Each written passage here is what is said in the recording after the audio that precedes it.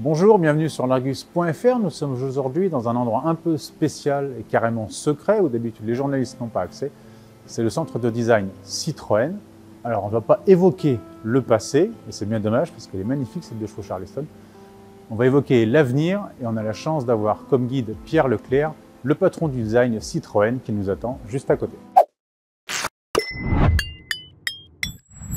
Bienvenue dans le studio Citroën. De fait, on vous a préparé quelques voitures et on va commencer par Oli parce que Oli est évidemment tellement importante. On l'a sorti en 2022.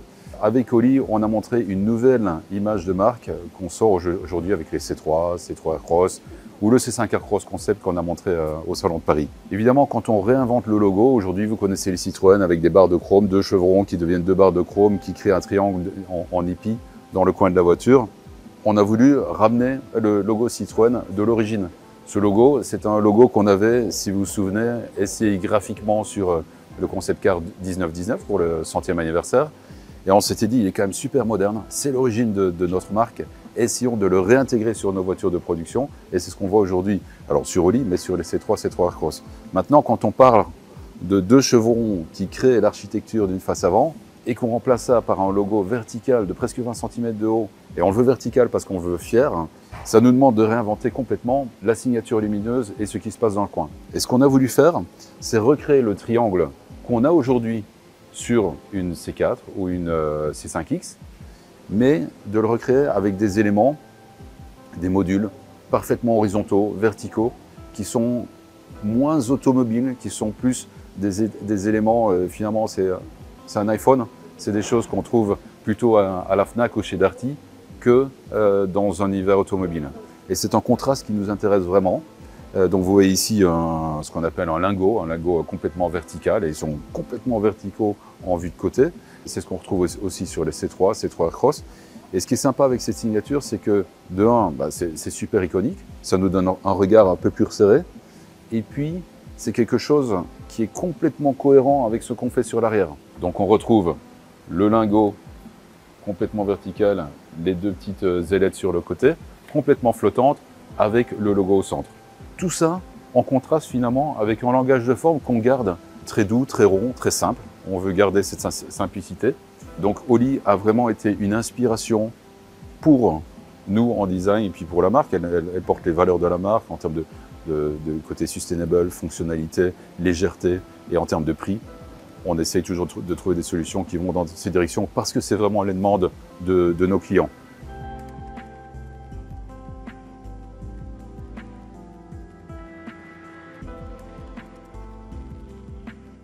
Donc, on vient de parler d'Oli avec un regard, avec un nouveau logo, donc une nouvelle identité de face avant qu'on retrouve complètement sur les nouvelles C3.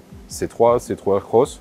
On sait à quel point les éclairages doivent être iconiques, ils doivent être reconnaissables, mais donc pas seulement, ils doivent être, pour moi, cohérents sur toute une gamme. Ils doivent nous donner un certain degré de liberté, puis on va voir qu'on part de ça, mais sur une C4, déjà, on commence à changer les choses. Et puis, encore une fois, la cohérence entre l'avant et l'arrière, qui pour moi est vraiment très, très important si on veut avoir quelque chose de reconnaissable. Donc le logo, comme j'en parlais tout à l'heure, on le veut fier, vertical, à l'avant et à l'arrière. Et cette frontalité, cette verticalité dont je parlais tout à l'heure dans les modules de phare, c'est quelque chose qu'on retrouve donc sur la face avant, sur toutes les sections, et ça nous donne ce caractère qu'on cherchait vraiment à atteindre avec la C3 Aircross. Autre chose qui est important aussi, c'est les touches de couleurs.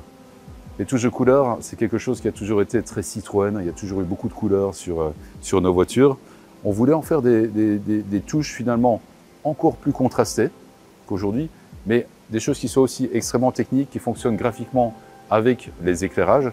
Et on a repris finalement le graphisme de ces petites DRL qu'on a réutilisé pour ces touches de couleurs sur le dessous. Ces touches de couleurs, ce qui va être sympa, c'est que d'abord on aura deux tailles pour toute notre gamme et les clients vont pouvoir s'amuser à les retirer, à mettre le drapeau français par exemple, si c'est la Coupe du Monde, des choses comme ça.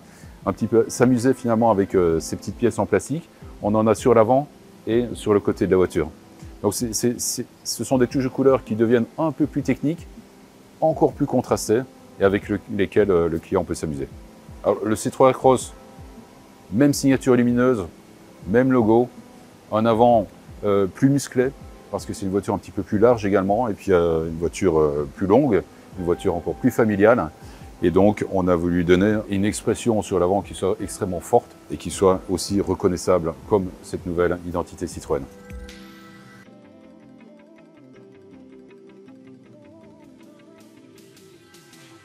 Sur le C5 Aircross Concept qu'on vient de lancer au Salon de Paris, on se rend compte qu'on a une autre évolution de cet éclairage, toujours avec le logo au centre, fier et assez proéminent.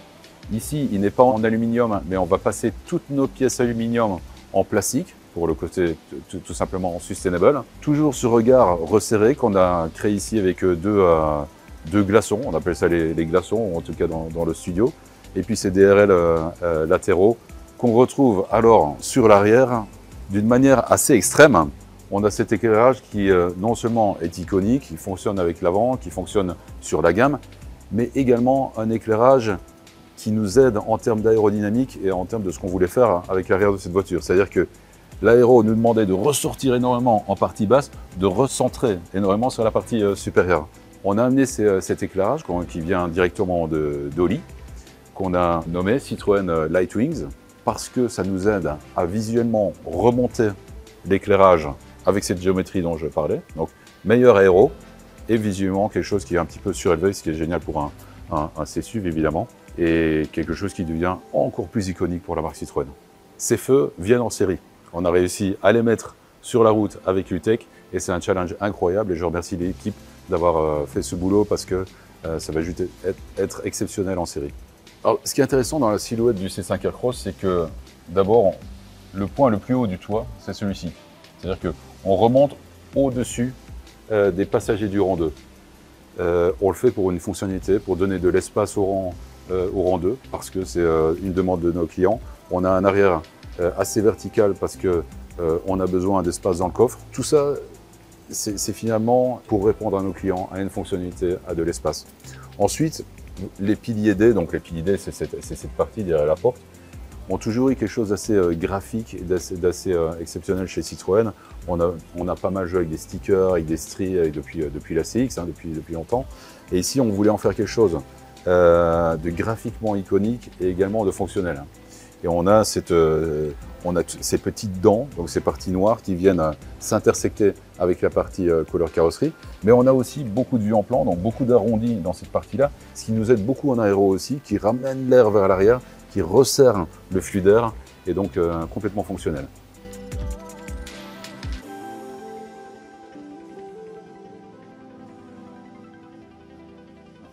Ami est devenu un icône pour Citroën.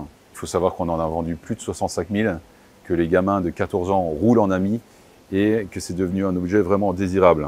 On avait envie de lui amener encore plus d'amour, de lui donner du caractère, d'en faire une personnalité finalement. Donc avec ses gros yeux, on a remonté le regard. On a voulu faire un avant, donc exactement le même, entre l'avant et l'arrière sont exactement les mêmes pièces, ce qui nous amène à un prix plus bas donc, pour le client. Mais on a voulu donc en faire un objet qui ait besoin de moins de parties plastiques pour avoir de la gueule finalement. Et là, on a quelque chose qui est très simple et qui a un caractère très très fort. Ce que vous voyez ici, c'est une maquette design. Donc là, on est plus proche de la réalité finalement que ce qui est ici à ma gauche. Mais donc, on a un objet qui a une vraie bouille, qui est fun sans être joué, parce que ça, c'est important. Et donc, avec la nouvelle couleur qui amène vraiment beaucoup de nouveaux au produit.